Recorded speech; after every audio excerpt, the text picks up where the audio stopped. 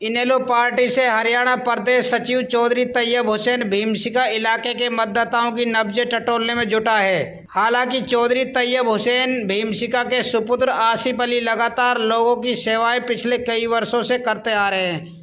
इलाकाए हथीन विधानसभा क्षेत्र में समस्याओं का अंबार लगा हुआ है।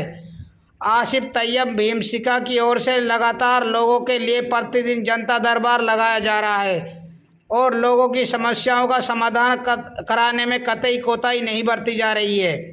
आज के समय में लोगों की पहली पसंद चौधरी तैयब हुसैन भीमशिका को माना जा रहा है। हालांकि तैयब हुसैन भीमशिका लगातार गरीब मजलूम लोगों की मदद करते आ रहे हैं। काफ़ी लंबी समय से भाजपा पार्टी में रहकर काफ़ी संघर्ष किया, लेकिन विधायक नहीं बन सके। इलाकाए हथीन के लोगों ने काफ़ी बार मुस्लिम समुदाय के लोगों को जिताकर विधानसभा में भेजने का काम किया है, लेकिन इलाके की दिशा और दशा नहीं सुधार पाए। इलाके में पीने के पानी, बिजली, सड़क और नहरी पानी जैसी मूलभूत सुविधाओं से आज भी हथीन विधानसभा के लोग पूरी तरह से वंचित हैं। हथीन विधानसभा क्षेत्र में स्वास्थ्य विभाग में भ्रष्टाचार के मामले सामने आए हैं, जिनको इनेलो नेता चौधरी तैयब हुसैन भीमशिका ने मौके पर जाकर समस्याओं को हल कराने का काम किया है। साथ ही साथ इलाके के लोग उटावड़ चौक पर पुलिस की अवैध वसूली से परेशान थे, जिसकी लगातार जानकारी मिल रही थी, जिन्हें मौके पर जाकर अवैध वसूली मुक्त कराने का काम किया है, जिसकी वजह से लोगों में खुशी देखी जा रही है। इसके अलावा हथीन विधानसभा क्षेत्र के दर्जनों गाँव में नहरी पानी समय पर न आने के कारण लोगों की फसल सूख जाती थी, जिससे किसानों को भारी नुकसान का सामना करना पड़ता था। तैयब हुसैन भीमशिका की ओर से सिंचाई विभाग के अधिकारियों से बातचीत कर लोगों की समस्या का समाधान कराने का काम किया है, जिसकी चारों ओर प्रशंसा हो रही है। हथीन विधानसभा क्षेत्र की जनता इस बार इनेलो नेता तैयब हुसैन भीमशिका को विधायक बनाने का पूरी तरह से मन बना चुकी है। तैयब हुसैन भीमशिका की लोकप्रियता को देखते हुए विपक्षी नेताओं के पसीने छूटने लगे हैं। तैयब हुसैन भीमशिका को हथीन की जनता का भरपूर प्यार और समर्थन मिल रहा है। देखिए क्या कह रहा है चौधरी तैयब हुसैन भीमशिका के साहबजादे आसिफ अली तैयब भीमशिका। आसिफ भाई, अभी चुनाव की सरगर्मियां बड़ी तेज हो गई है। अभी 2 महीने बाद चुनाव होने हैं, तो किस तरीके से आप देख रहे हो चुनाव को? क्या कहोगे इसको लेकर? सबसे पहले मैं आपका, आपकी टीम का, आपके साथियों का यहाँ पर पहुँचने पर आपका स्वागत करता हूँ, खैर मकदम करता हूँ। चुनाव की जो अभी बात चली कि आने वाले 3 महीने में अक्टूबर के एंड तक हरियाणा विधानसभा का चुनाव संपन्न हो जाना है जी। तो उस चुनाव को हम जो हमारी, अगर मैं व्यक्तिगत बात करूँ पार्टी से अलग हटकर, तो हमने पिछला जो चुनाव हुआ था वो 21 अक्टूबर 2019 को वोटिंग हुई थी। 24 अक्टूबर 2019 को रिज़ल्ट आया था और उसमें हमारे मुकद्दर में हार लिखी थी, हम हारे। 25 अक्टूबर से हमने अपना सफ़र फिर शुरू कर दिया। तो हमने तो चुनाव की तैयारियां पिछले 5 साल से हमारी लगातार जारी हैं और उसी स्पीड पर, उसी रफ्तार से हम लोगों से लगातार, क्योंकि मेरे वालिद साहब जो हैं उन्होंने जो राजनीतिक सफ़र शुरू किया है, कोई विरासत में राजनीति नहीं मिली कि दादा परदादा कोई विधायक मंत्री हमारे रहे हों। मेरे वालिद साहब ने तो खुद तिनका जोड़ के अपना घोंसला बनाया है। एक एक सिंगल वोट, एक एक साथी को अपने साथ जोड़कर जो आज ये कारवां खड़ा किया है। तो हमारा जो सफ़र है 25 साल से लगातार संघर्ष का वो जारी है। और चुनाव की बात ये है कि 3 महीने में चुनाव आए, चाहे 3 दिन में चुनाव हो, हम चुनाव के लिए पूरी तरह तैयार हैं। सर, बसपा के साथ इनेलो का गठबंधन हुआ है, तो इससे क्या फ़र्क पड़ेगा राजनीति में? अगर मैं अपने विधानसभा क्षेत्र की बात करूं कि हर क्षेत्र का एक अपना अलग समीकरण होता है, तो हमारे क्षेत्र में नो डाउट कि बसपा इनेलो के गठबंधन से जो सियासी समीकरण है उनमें बहुत फेरबदल हुआ, बहुत बदलाव हुआ है। क्यों? अगर ऑन रिकॉर्ड हम बात करें, हथीन के विधानसभा चुनाव का इतिहास रहा है कि यहाँ सबसे ज़्यादा अगर कोई कैंडिडेट विनर रहा है किसी टिकट से, तो वो लोकदल परिवार का टिकट है, वो इनेलो का टिकट है, ताऊ देवीलाल के परिवार का टिकट है। और रही बात अब की, तो जो लोकदल का वोट बैंक है वो 2019 से पहले के चुनाव में परिवार की फूट की वजह से थोड़ा तितर बितर हो गया था, लेकिन वो लोकदल का वोट बैंक आज चौधरी अभय सिंह चौटाला में उम्मीद जताते हुए कि भाई अगर सरकारों से, हुकूमतों से कोई प्रदेश लेवल पे टकरा सकता है तो अभय सिंह चौटाला है। तो उनकी आवाज़ में आवाज़ मिलाते हुए, उनकी जो मजबूती है उसमें आस्था जताते हुए आज इंडियन नेशनल लोकदल के साथ खड़ा हो गया। और बहुजन समाज पार्टी, हमने 2 चुनाव बहुजन समाज पार्टी से लड़े हैं। दोनों चुनावों में हमें बहुजन समाज पार्टी का जो कोर वोट बैंक है वो बड़ी मजबूती के साथ हमें मिला है। तो वो वोट बैंक आज भी हमारे साथ लगातार मजबूती से जुड़ा हुआ है। उस वोट बैंक को हमने अपने परिवार की तरह सींचा, एक वोटर की तरह नहीं सींचा।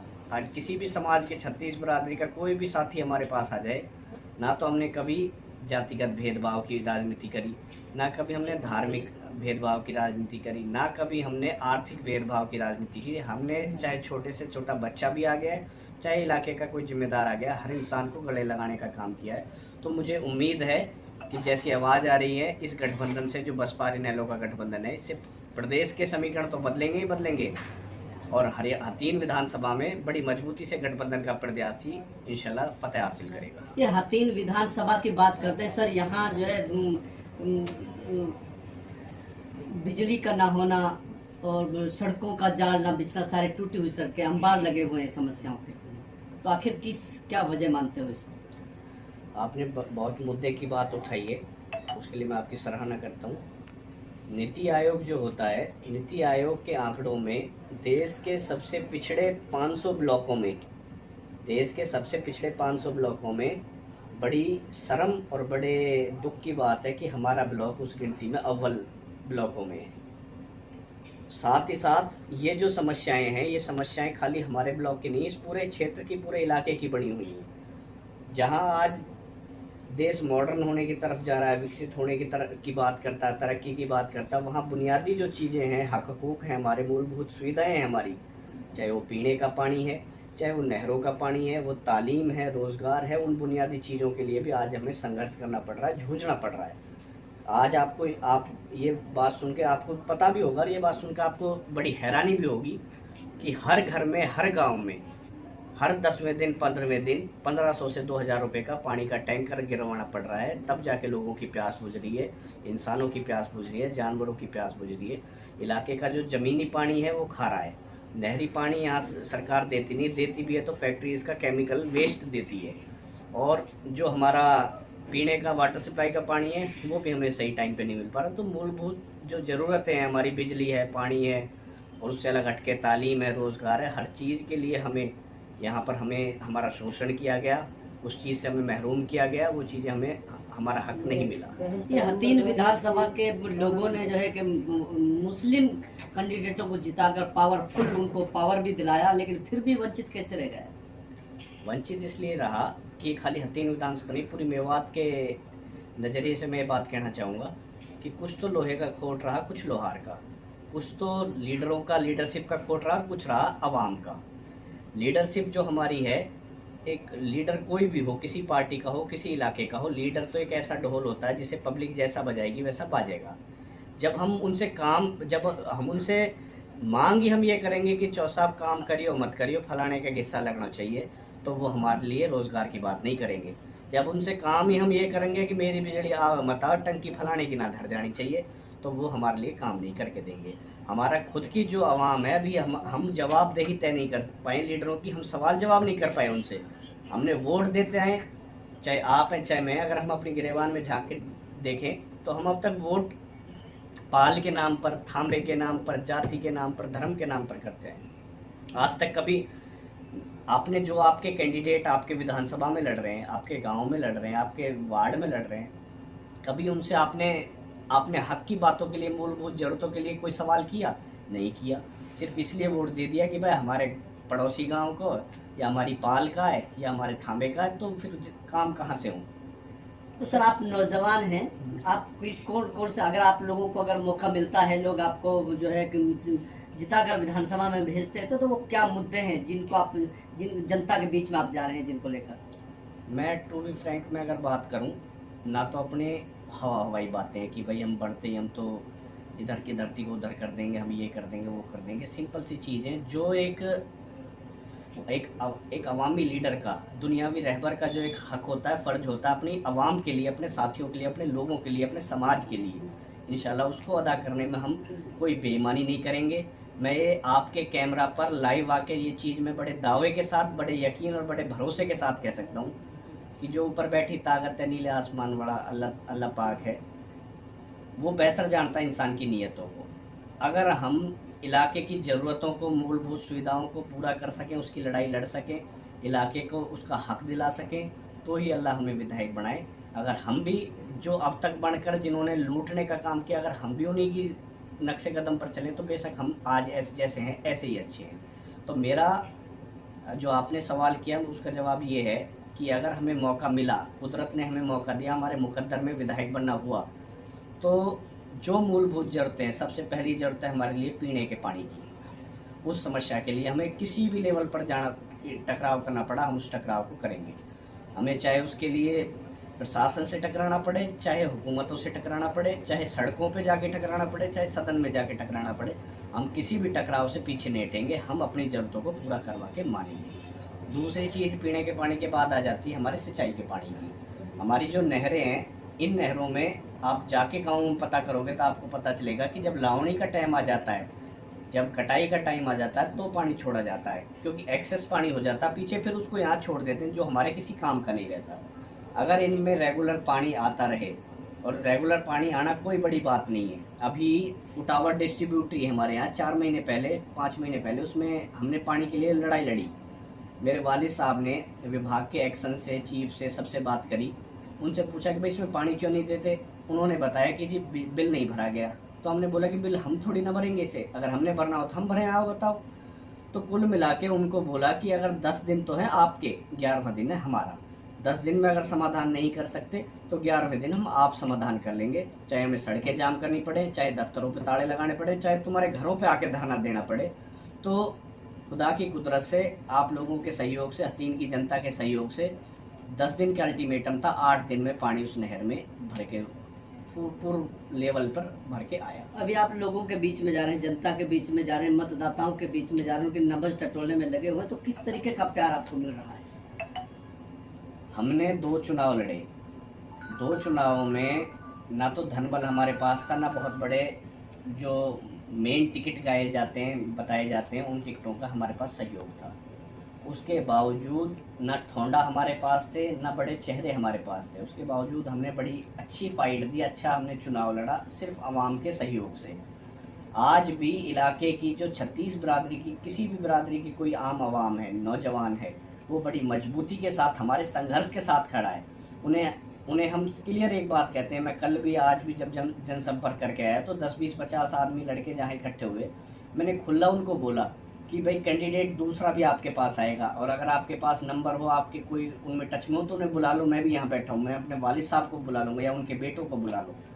हमारी भी बात सुन लो और उनकी भी बात सुन लो। जिसकी बात में दम लगे कि ये इलाके की हक की लड़ाई लड़ सकता है और समाधान करा सकता है, उसको आप वोट दे दो। तो आवाज़ पब्लिक की सिर्फ एक आ रही है, चाहे वो हमें वोट दे रहा है, उसकी आवाज़ तो हमारे फेवर में ही है, और जो किसी कारणवश हमें वोट नहीं भी दे पा रहा है, उसकी भी एक आवाज़ है कि विधायक बनाने लायक शासन प्रशासन को जो ये बेलगाम अफसरशाही हमारे प्रदेश में, हमारे इलाके में, हमारे विधानसभा में, हमारे ब्लॉक में हो रखी है, उस पर लगाम कोई कर सकता है तो वो तैयब हुसैन भीमसिका है। अगर जनता को उनका हक कोई अगर दिला सकता है, सरकार से टकरा सकता है, आँख में आँख डाल के बात करने की अगर किसी में हिम्मत है, तो वो तैयब हुसैन भीमसिका जी हैं।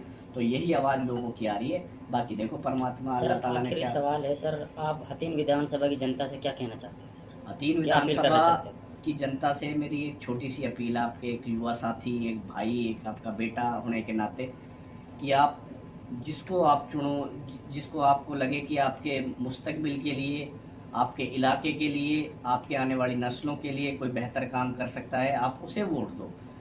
अगर हम में दम लगे, हमारी बातों में सच्चाई लगे कि भाई इनकी बातों में दमदारी है और ये हमारी लड़ाई लड़ सकते हैं, तो हमारा साथ दो, सिर्फ धन बल के नाम पर। क्योंकि आज अगर मैं खुला ये बात कह रहा हूँ कि पिछले चुनाव में कुछ कैंडिडेट जो हमारे मुखालिफ है, मैं उनका नाम नहीं लेना चाहूँगा, ऐसे अच्छा नहीं लगता किसी का नाम लेना, लेकिन कहा जाता है कि उन्होंने 10-10, 12-12 करोड़ रुपए विधानसभा चुनाव में खर्च करे। आज वो जो 10-12 करोड़ रुपए खर्च कर रहे हैं, कल को अगर वो सत्ता में आ जाते हैं तो वो पैसे की वसूली भी तो आपके जनता के पैसों से ही होगी। तो मेरी आपसे अपील है, मैं इसलिए ये अपील नहीं कर रहा कि भाई हम पैसे में इनसे कमज़ोर हैं, मान लिया हमने कि ये सत्ता में रह चुके ये सारे जितने कैंडिडेट हैं, विधायक मंत्री रह चुके, और पैसा उन्होंने, जनता का जो हक का पैसा वो उन्होंने इकट्ठा कर रखा है। हमारे पास जो है वो 20 नून की कमाई है, 20 नाखूनों की। मैं आपसे ये अपील इसलिए कर रहा हूँ कि अगर आप बिना पैसा लिए, बिना आप किसी के एक लोभ लालच में फंसे, जब किसी को वोट दोगे, जब किसी को अपना नुमाइंदा चुनोगे, तो जब वो नुमाइंदा आपका बढ़ जाएगा तो आप उसका कुर्ता भी खींच सकते हो, आप उसे उसके कॉलर भी पकड़ सकते हो, आप उससे बड़े दावे और मजबूती के साथ अपनी बात रख सकते हो कि उस दिन तेरी बात क्या थी, आज क्या है, और 5 साल बाद फिर तुझे हमारे पास आना है। लेकिन अगर पैसा ले लोगे तो पैसा लेने के बाद आपका हक नहीं बढ़ता कि आप उससे मजबूती से कह सको। तो मेरी इलाके की सारी जनता से मैं ये नहीं कहता कि कोई इलाके में चंद आदमी ऐसे हैं जो इस तरीके की हरकत करके इलाके को ख़राब करने का काम करते हैं।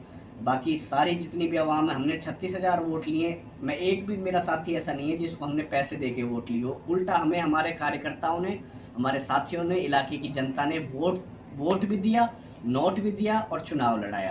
तो मेरी साथियों से यही अपील है कि आप तराजू के 2 पलड़ों में रखकर सारे कैंडिडेटों को तोल लो कि किसकी बात में आपको दम है, किसने काम अब तक अच्छा किया, कौन तुम्हारी आवाज़ उठा सकता है, कौन तुम्हारी लड़ाई लड़ सकता है। तो मेरी यही अब सारी